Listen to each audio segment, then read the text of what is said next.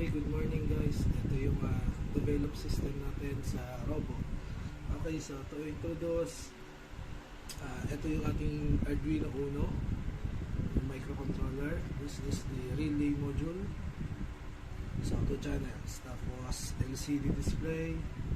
Then, ito yung mga buttons natin. So, this is the power supply circuit. The 2 sets of DC buck converter. Then we have 2 ultrasonic sensors for the left and the right.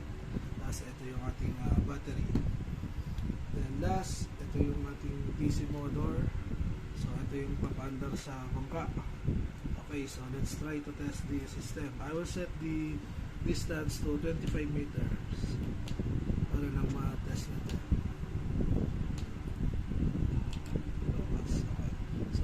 When I start this, dapat umandar yung dalawang propeller. Tapos na-try natin na kapag merong obstacle sa left, dapat tumigil yung left DC motor. Then pag may obstacle sa right, is dapat tumigil yung right DC motor. Okay, so let's start.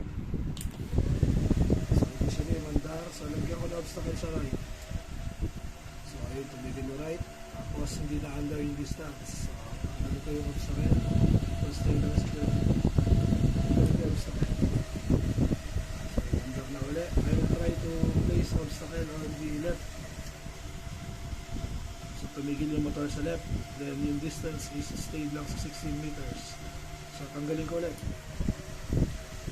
Okay. So hintayin natin na maka-reach ng destination yung robot.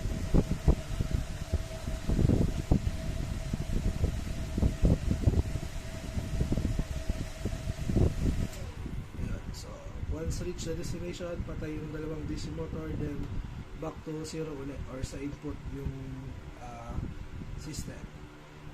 Okay, so that's all for the Robo. Thank you.